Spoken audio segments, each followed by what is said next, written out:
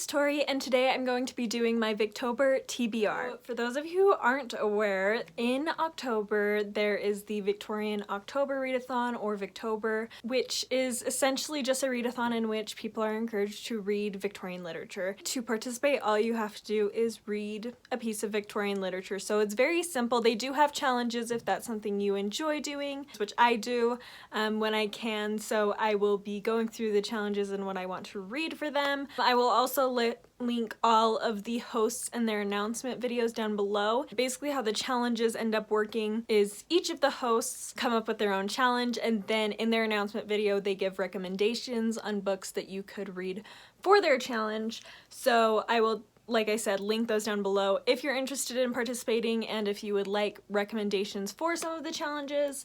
I heard about this readathon at the beginning of this year and have been so excited to do it and just anxiously waiting ever since I heard about it. How I'm going to organize this video is I have 3 books that are kind of like top priority books for the readathon, and so I'm going to start with mentioning those, and then 2 of them do fit with challenges, so I will mention the challenges they fit, and then I will continue on to the other challenges that are not covered by my priority books and some ideas I have for what to read for those, and then at the end I will mention some other Victorian literature that doesn't match with the challenges but I am interested in possibly picking up depending on my mood and how the month goes. I am still in school, and while blessedly, even though I do have 2 higher level English classes, both of them were focusing on literature from like really long ago, like classic literature, so Greek, Roman, up through like the Renaissance.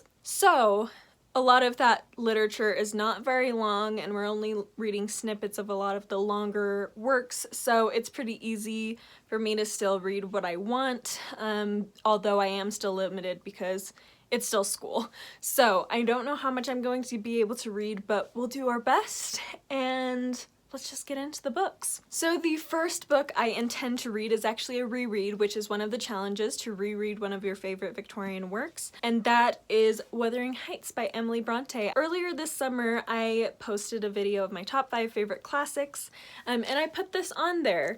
However, you may have noticed that my description of it was not very good. It was kind of scattered, and really, when I made that video, I kind of realized how little I remember about this book. Like, I remember loving it, I remember loving the characters and reasons why I love the characters, but there's honestly a lot I've forgotten, and so I want to revisit it now that I am a little more well-practiced in reading classics, to see if I would still consider it one of my favorite classics of all time, and just in general how I feel about this book, if my feelings have changed or not. And it also goes with the challenge to read a book by a female Victorian author, which I have some other ideas for things that could fulfill that challenge, but this does technically fulfill that, so at least I know I can cover 2 challenges by reading this if I'm unable to read very much in the month of October. Next I have here The Woman in White by Wilkie Collins. I know very little about this, and I kind of prefer it that way, especially because I know there are often spoilers involved in synopses for classics. All I know is that there is a mystery involved. I think there is a woman who is a little crazy. I just am really excited to pick this up. Also, this goes with the challenge to read either a book that is over 500 pages or a book that is under 250 pages, obviously from the Victorian era.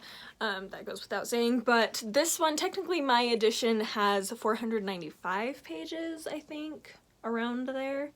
Oh, I was right on. Way to go me. Anyway, but I know a lot of other editions are over 500 pages, so I'm just gonna go with this because I really want to get to it, especially with Halloween. I feel like this seems like a very good Halloween read, which Wuthering Heights does too, but anyway. And the third and final book on my priority Victorian list is Oliver Twist by Charles Dickens. I have not read very much Charles Dickens. I've read A Christmas Carol and that is it. This is the only Charles Dickens that I personally own. My family has A Tale of Two Cities, and I just barely ordered Our Mutual Friend But I know a lot of people have said and told me that Oliver Twist is not a great place to start with Dickens because it's a little less than interesting. It's one of his more boring works, even though it is so well known. I'm going to start with this because I've had it for 11 years, literally. However, I will not be like looking at this as the sole representation of Charles Dickens' work. I will definitely be continuing to try his other works,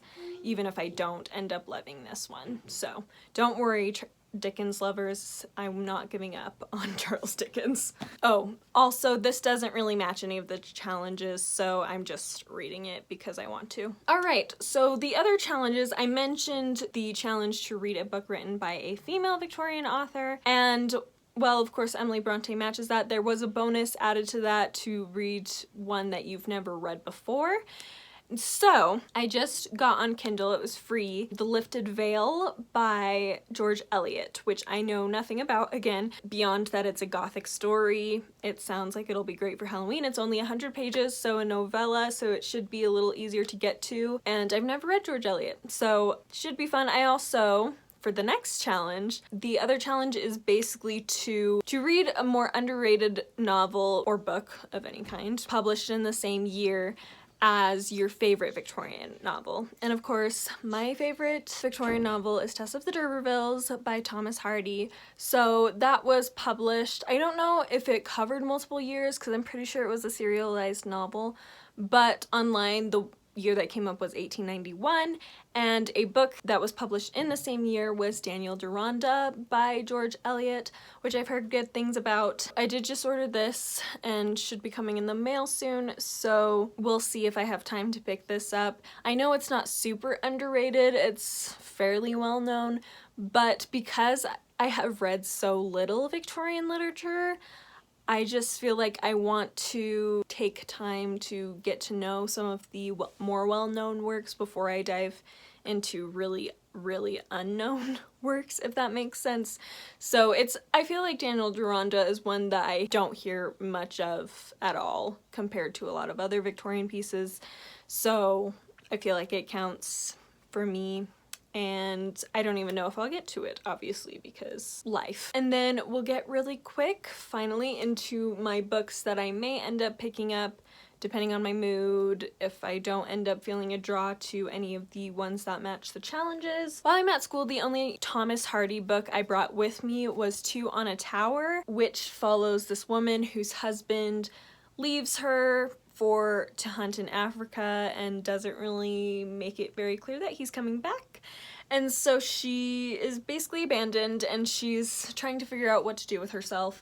And she ends up meeting this astronomer who she ends up developing a romantic affair with. However, her husband's probably still alive, so obviously there's lots of drama there. It sounds really good. It's also one of his shorter works, which could help if I do end up wanting to pick up a Hardy. I also just got, finally, the last Thomas Hardy that I do not own, which was a Laodicean. Just ordered it for like $3, solid steel, and in pretty good condition as far as the online source told me. But anyway, I may end up picking up that one as it's one of my most anticipated reads by Thomas Hardy. Just for some reason it sounds very interesting to me, so I could pick up that. I also will be going home later on in the month, so I may be able to grab other Thomas Hardy books that I haven't read yet that are there.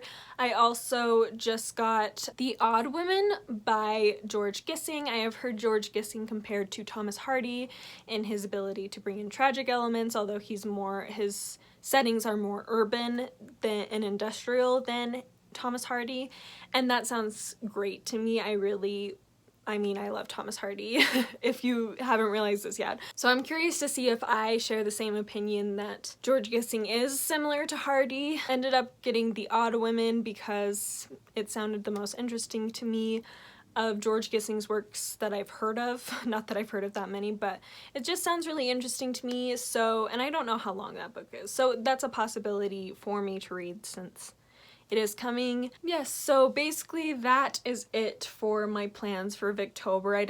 I have a couple other books that are Victorian that I own that I could read technically, but I don't think I want to talk about them here because I know I'm not going to get to even all the ones I've mentioned, so I don't feel like there's a point in pointing out every single Victorian novel I own that I could read, if that makes sense. So anyway, that is it for this video. Thank you so much for watching. Let me know down below if you're participating in Victober and what you're most excited to read, as I would love to know. And I will talk to you next week. Bye!